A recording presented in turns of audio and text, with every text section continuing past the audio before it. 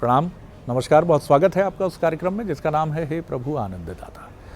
और आज इस कार्यक्रम में हम रामायण के एक ऐसे प्रसंग को बतौर चिंतन आपके सामने रख रहे हैं जो बहुत महत्वपूर्ण है। और रामायण की वो चौपाई जो बहुत महत्वपूर्ण है, पहले मैं उस चौपाई से आरंभ करता हूँ।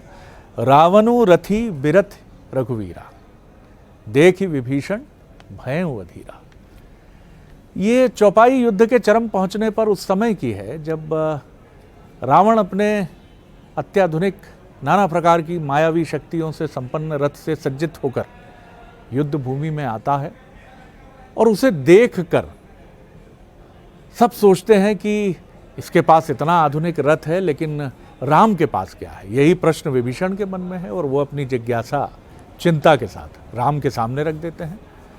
राम ये समझते हैं कि इसका बड़ा मनोवैज्ञानिक पक्ष भी है। पहले तो मैं अपने मित्र की चिंता दूर करूं, लेकिन उसके साथ ही मैं ये संदेश भी दूं कि आखिर वो रथ क्या है जिस पर आरूढ़ होकर या जिसकी सवारी करके ये युद्ध जीता जा सकता है। क्योंकि एक युद्ध तो वो युद्ध है जिसमें रावण को आपको परास्त करना है, एक युद्ध कुरुक्षेत्र का है जहां कौरव पांडव का युद्ध है, और एक युद्ध है जीवन का युद्ध। और ये युद्ध भी आप तय मानिए कि ये लंका विजय से या कुरुक्षेत्र विजय से कम किसी मायने में नहीं है। कई अपनों की बलि आपको चढ़ानी पड़ती है या वो स्वतः ही उस गति को प्राप्त होते हैं। आप खुद नाना प्रकार के कष्टों से गुजरते हैं। तो जब इस प्रश्न को राम सुनते हैं तो वो विभीषण से कहते हैं कि नहीं विभीषण, तुम जिन आधुनिक चीज़ों को देखकर ये बात कह रहे हो कि ये यथ रथ और मेरे पास क्या, तो मैं तुम्हें बता रहा हूं कि वो रथ है क्या। और फिर जिस तरह से वो वर्णन करते हैं वो बिल्कुल वैसा ही है जिसको आप कृष्ण से सुनते हैं गीता के रूप में। और ये राम की गीता है जो युद्ध भूमि में घटित होती है। आज इसी विषय पर हम बात करेंगे। हमारे विद्वान वक्ता प्रोफेसर डॉक्टर सुरेंद्र बिहारी गोस्वामी, मानस मर्मज्ञ, भगवत गीता के अध्येता। आपके सामने ये प्रश्न है और बड़ा ही अद्भुत प्रश्न है, मन को छू लेने वाला प्रश्न है कि हम बातें बहुत करते हैं लेकिन ये नहीं समझ पाते कि जीवन रूपी इस युद्ध में वो शस्त्र क्या है, वो रथ क्या है जिस पर चढ़कर हम विजय की तरफ जा सकते हैं। हाँ शरद जी, आपने अंतर्चित्त में आनंद की ऐसी हिलोर उठाई है कि आपने संयोगवश मेरी प्रिय चौपाई कह दिया। पिताश्री मुझे इस चौपाई पर रोक दिया करते थे जी, और वो बोलते थे जरा ठीक से बोलो। हाँ, ठीक से बोलो। हाँ, तब हम गीता से चौपाइयाँ बोला करते थे। हाँ, तो हम उन्हें बड़े गीता में सुनाते थे, रावणु रथी बिरथ रघुबीरा और देख विभीषण भयउ अधीरा। जिसने इस चौपाई की तात्विक मीमांसा को आत्मसात कर लिया उसके जीवन में आनंद ही आनंद है। रावण रथी ही नहीं, महारथी है। रावण की पूरी परिभाषा ये है महारथी, और एक नहीं, रावण के यहाँ सभी महारथी हैं जी। जब भी आए हैं तो बाबा बार बार लिखते हैं कि वो महारथी आया, ये महारथी आया। तो रथी तो है ही है, महारथी है। महा क्या होता है?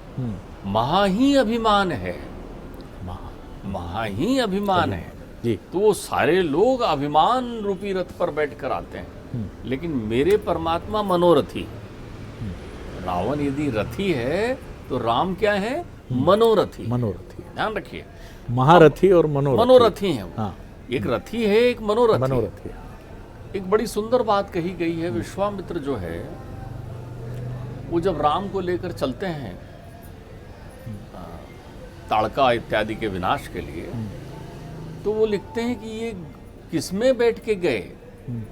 तो रथ में बैठ के नहीं गए, वो मनोरथ में बैठ कर गए, क्योंकि मन की गति से अधिक कोई गति नहीं कोई होता। गति नहीं। तो विश्वामित्र उन्हें मन रूपी रथ में बैठा कर ले जाते हैं। मनोरथ में गए, वेग से चल रहे हैं, चल तो पैदल रहे हैं विश्वामित्र के साथ, लेकिन जब जहां चाह रहे हैं वहां विश्वामित्र उनको लेकर जा रहे हैं। ये है मनोरथ।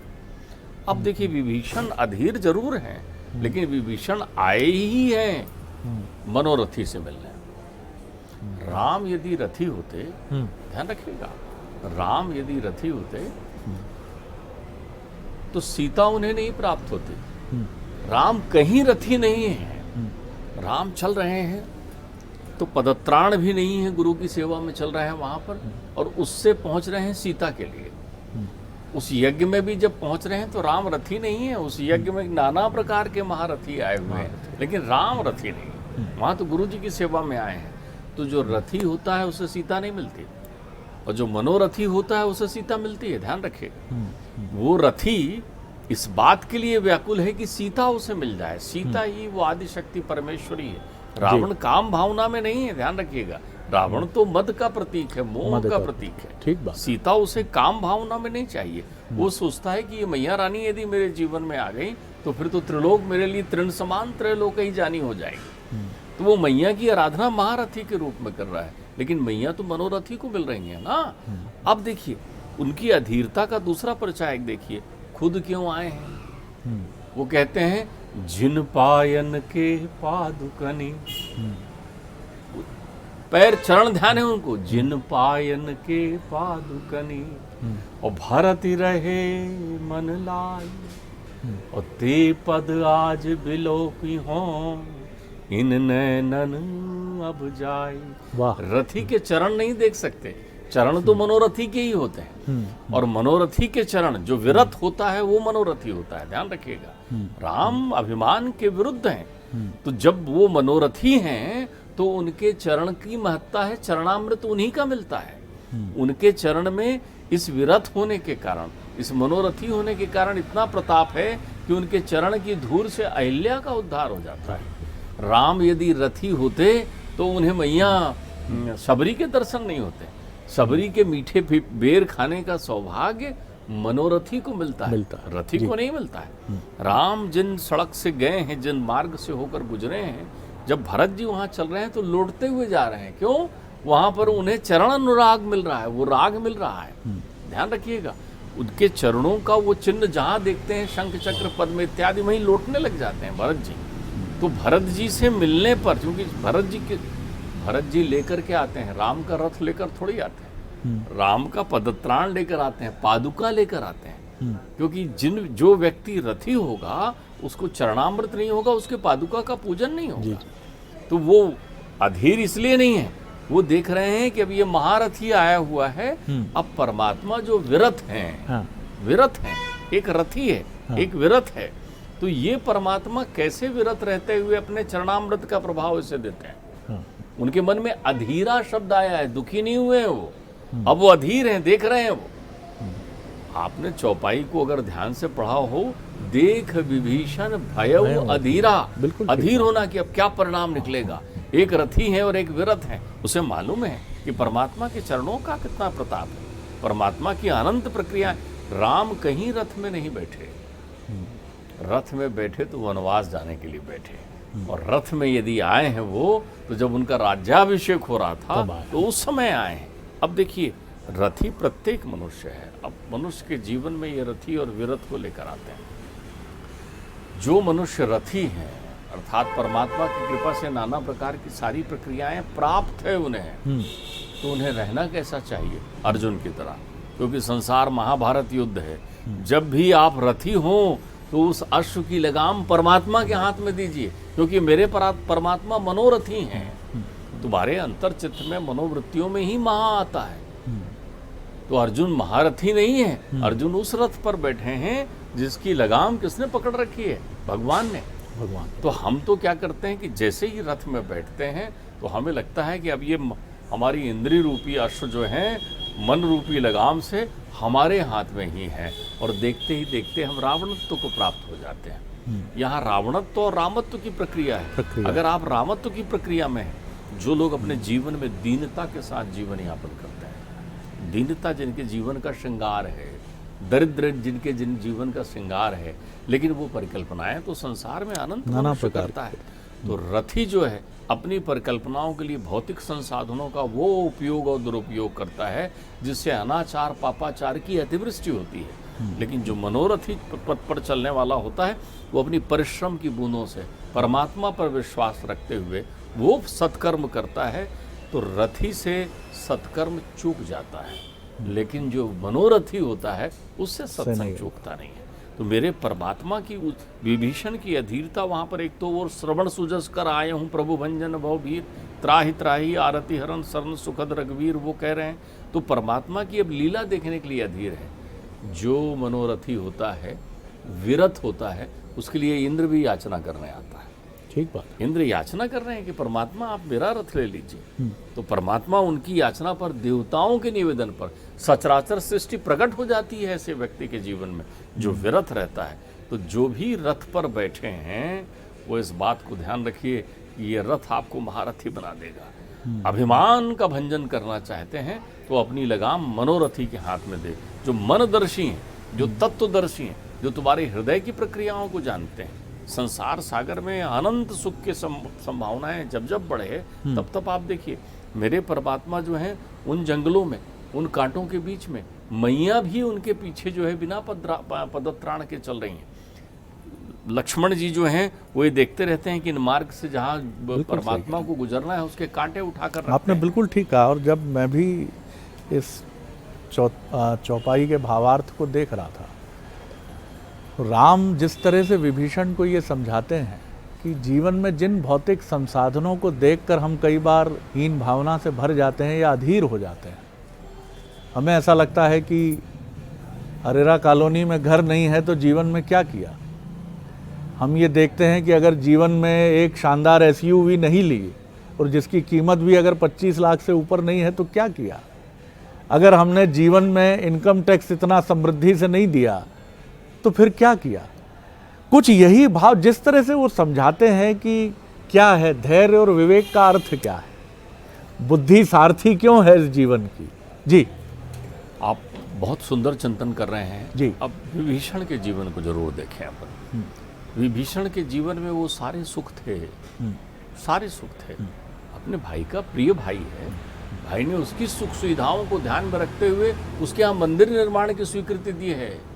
विभीषण के घर में मंदिर है, परमात्मा का श्रीमन नारायण का मंदिर है। वर्णन है रामा आयुध अंकित ग्रह, राम के आयुध बने, शोभा वरण न जाई, नौ तुलसी का वृंद तहाँ देख हर्ष कपिलाय। त्रिलोकपति, लेकिन अपने अनुज के प्रति प्रीति रखते हैं। तीनों भाइयों में बहुत प्रीति है। विभीषण को ये सारी सुख सुविधाएं, सारी संपदाएं हैं, लेकिन इन सारी सुख सुविधाएं और संपदाओं के प्राप्त होने के बाद भी विभीषण के चित्त में कौन है, मन का हरण किसने किया है, मन कहाँ लगा हुआ है। जब भी आपके जीवन में भौतिकता जो है समग्र वेग से आए तो आप बहुत सावधान हो जाइए। जो एसयूवी खड़ी हुई है उसमें आप बैठेंगे कितने दिन, तो जाते समय आंख में लगा रहेगा, बैठे ही नहीं पाया, कल ही खरीदा था आज चले। उस भवन श्रृंखलाओं में कौन रहेगा कितने दिन। तो उससे अच्छा तो वो दरिद्र है, वो गरीब है, वो दीन है, जो कम से कम अपनी कुटिया में मन भर के तो रह लिया। आपका तो मन ही तृप्त नहीं है। एक सुंदर बात, एक सुंदर चिंतन यहाँ है कि जब धन आ जाए, यश आ जाए, रथ आ जाए जीवन में, याद रखिए कन्हैया को बुलाने के लिए क्रूर कंस ने अक्रूर को भेजा। क्रूर कंस ने अक्रूर को भेजा। अब मेरे कन्हैया के यहाँ रथ थोड़ी है, मेरे कन्हैया रथी नहीं है। कहीं वर्णन नहीं है बाल लीला में कि कन्हैया को नंद बाबा ने जो साम्राज्यवादी थे। देखिए आप अपने पुत्र का लालन पालन कैसे कर रहे हैं, इसका सीधा संस्कारों पर अर्थ है। कहीं नहीं है कि गिरिराज की परिक्रमा करने के लिए रथ दिया। मेरे कन्हैया तो बैलगाड़ियों में गांव से गांव घूमते हैं इधर से उधर जाने के लिए, रथ वाले नहीं है वो। कन्हैया ने कभी पदत्राण नहीं पहना, 10 वर्ष 8 महीना रहे वो वहाँ, लेकिन कभी चरणों में पदत्राण नहीं पहना।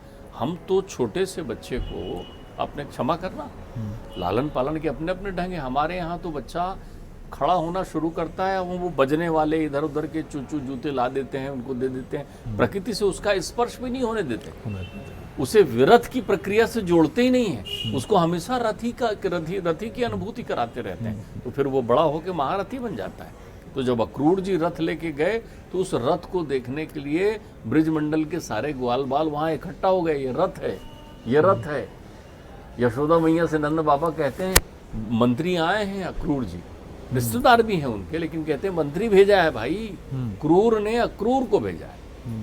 और परमात्मा रथ में तो बैठते हैं, लेकिन जब रथ में बैठते हैं तो अक्रूर जी के अंतर्चित्त में अभिमान देखते हैं कि अक्रूर जी रथ में बैठकर चले जा रहे हैं।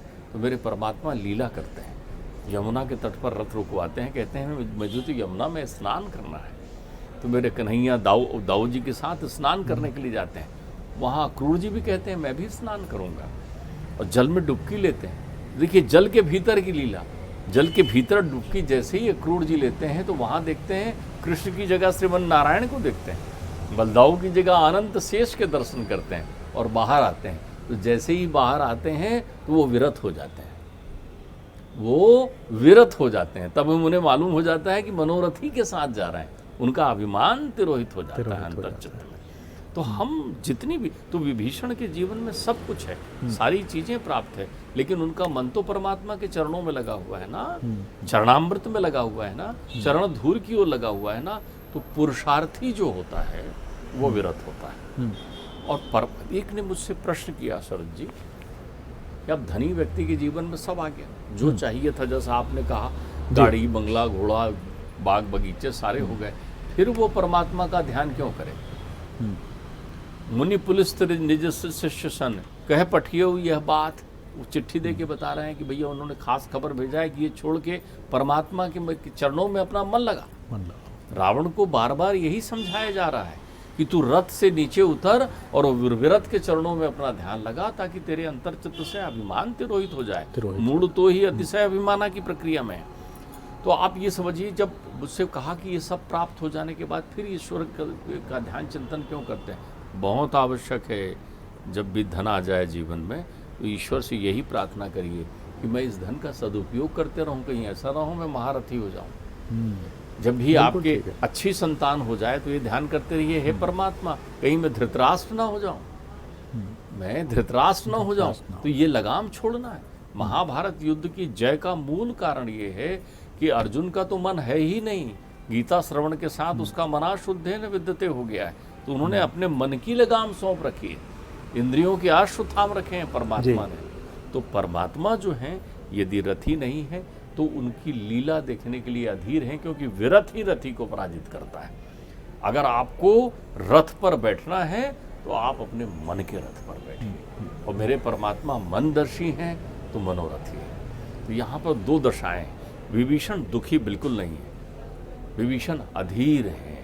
विभीषण के मन में शंका कुशंका भी नहीं है, क्योंकि उन्हें मालूम है कि जिन पावन की पादुका भरत लहे मन लाए। वो जानते हैं भरत ऐसे योगी हैं, परमात्मा के चरणों का प्रताप देखिए। आपको बड़ा कुतूहल होगा, मार्कंडेय पुराण में एक बड़ा सुंदर चित्र वर्णन है। आपने कभी वो श्लोक भी सुना होगा जी, करार विंदेन पादार विंदम मुखार विंदेन मिनिवेशयंतम, है ना। मुखर्ष जो परमात्मा के वो जो दिव्य दर्शन का श्लोक सुना होगा, प्रसिद्ध श्लोक है ये। परमात्मा को स्वयं लगा कि मुझ विरत के चरणों की इतनी अनुगूंज क्यों है। सन्मार्ग में चलते हैं ना, और सन्मार्ग में चलाते हैं ना। ध्यान रखिए, रथी के चरणों की कोई निशानी संसार में नहीं रहती, रथी रथ में बैठकर निकल जाता है, लेकिन चरणों में पदचिन्ह संसार में उन्हीं के रहते हैं जो विरत होते हैं, जो सन्मार्ग पर चलते हैं। तब लोग कहते हैं कि अरे उस पथ पर चल जहां महापुरुष गए हों। तो महापुरुष का रथ गया हो नहीं कहते हैं, उस पथ पर चल जहां महापुरुषों के चरणारविंद पड़े हुए हों। तो परमात्मा को लगा कि मेरे चरणों की इतनी महत्ता है कि कहते हैं इससे तो गंगा निकल गई इसकी ध्वनि से। विरत की चरणों की महिमा देखिए, वो विरत हैं तो उनके चरण यदि प्रक्षालन कोई कर रहे हैं तो गंगा प्रकट हो रही है वहां से। वहां सत्यलोक में ब्रह्मा जी ने वामन जी के चरणों को धोया और कमंडल में जल लिया तो गंगा निकल गई वहां से। इतनी निर्मलता होती है विरत के चरणों में, ध्यान रखिए, क्योंकि विरत जो है सन्मार्गी होता है। तो परमात्मा ने कहा क्यों ना एक दिन मैं इस चरणों का प्रताप देख लूं। परमात्मा ने लीलावश सोचा कि आज मैं जो है इन चरणों का प्रताप देख लूं। तो परमात्मा ने वहाँ क्षीर सागर में सुंदर निर्मल समुद्र का जल प्रवाहित था। परमात्मा ने कहा यहीं तो लेटा हूँ। ये चरणों को यूँ किया और अंगूठे से जल ले लिया। परमात्मा ने अपने चरणों को जल में किया और जैसे ही पीना चाहा सुर की आवाज आई, देखिए शेषनाग पी लिए। ऊपर से सीधा बोले महाराज परमात्मा इस पर मेरा अधिकार है। उन्होंने कहा बोले इसी विरत के, इसी चरणामृत के प्रभाव से तो मैं पृथ्वी को शीश में उठाता हूँ, ब्रह्मांड को लेकर चलता हूँ, मेरे में थोड़ी इतनी क्षमता है। वो तो इसी का प्रताप है। ध्यान रखिए, विरत के चरणों का प्रताप देखिए, जो विरत होता है। बहुत सुंदर बात है। और जो महत्वपूर्ण सूत्र है, सूत्र यही है कि जो धर्म और शील के मार्ग पर है उसमें विचलन नहीं है, और वो उसको देखकर अगर कोई अधीर भी होता है तो वो उसको समझाता भी है। बहुत सुंदर ये चौपाई है और बहुत सुंदर इसकी व्याख्या है। गोस्वामी जी ने अनेकानेक प्रसंगों के जरिए हमको ये बताया है। अब कोई बालक शायद जो तैयारी कर रहा है किसी अखिल भारतीय सेवा की, वो इस तरह का प्रत्युत्तर ना दे पाए, लेकिन वो अपनी आश्वस्तकारी मुस्कान से ही ये बता सकता है कि पिताश्री या माताश्री या है मुझ पर प्रश्न खड़े करने वाले मित्र, बंधु बांधव, आप निश्चिंत रहिए, मेरे पास जो है शौर्य और धैर्य रूपी रथ के पहिए हैं। सत्य और शील मेरी पताका है जिस रथ पर मैं बैठा हूँ, जैसा राम विभीषण से कहते हैं। बल, विवेक, दम और परोपकार, ये चार उसके घोड़े हैं। दया, समता और क्षमा रूपी डोरी है जिससे ये रथ से जुड़े हैं। ईश्वर का भजन चतुर सारथी है। देखिए कितनी सुंदर बात है। ईश्वर का जो भजन है ये चतुर सारथी है। वैराग्य ढाल है और संतोष तलवार है। दान फरसा है और बुद्धि प्रचंड शक्ति है। निर्मल माया रहित मन तर्कस के समान है।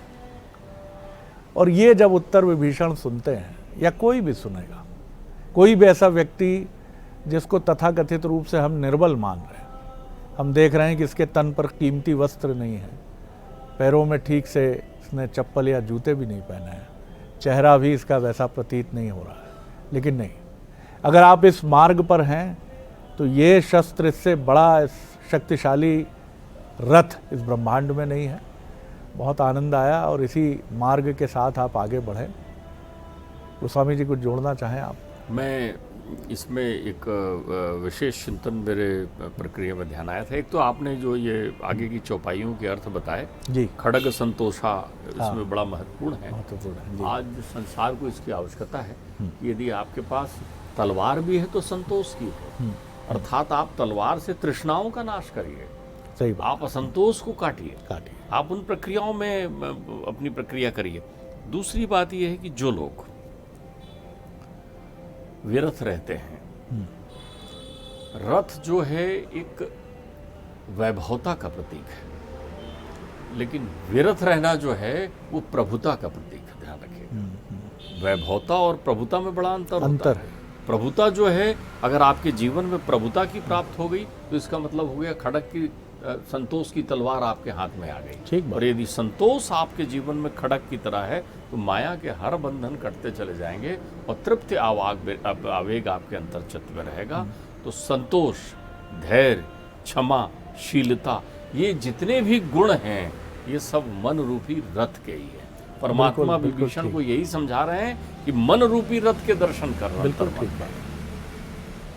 और इसको अगर आप दुनियावी संदर्भ में समझना चाहें तो मैं अक्सर सोचता हूं कि दक्षिण अफ्रीका की उस कड़कड़ाती ठंड के बीच जब मोहनदास करमचंद गांधी का सामान एक गोरे टीसी ने कुली कहते हुए और ब्लडी इंडियन कहते हुए फेंका था,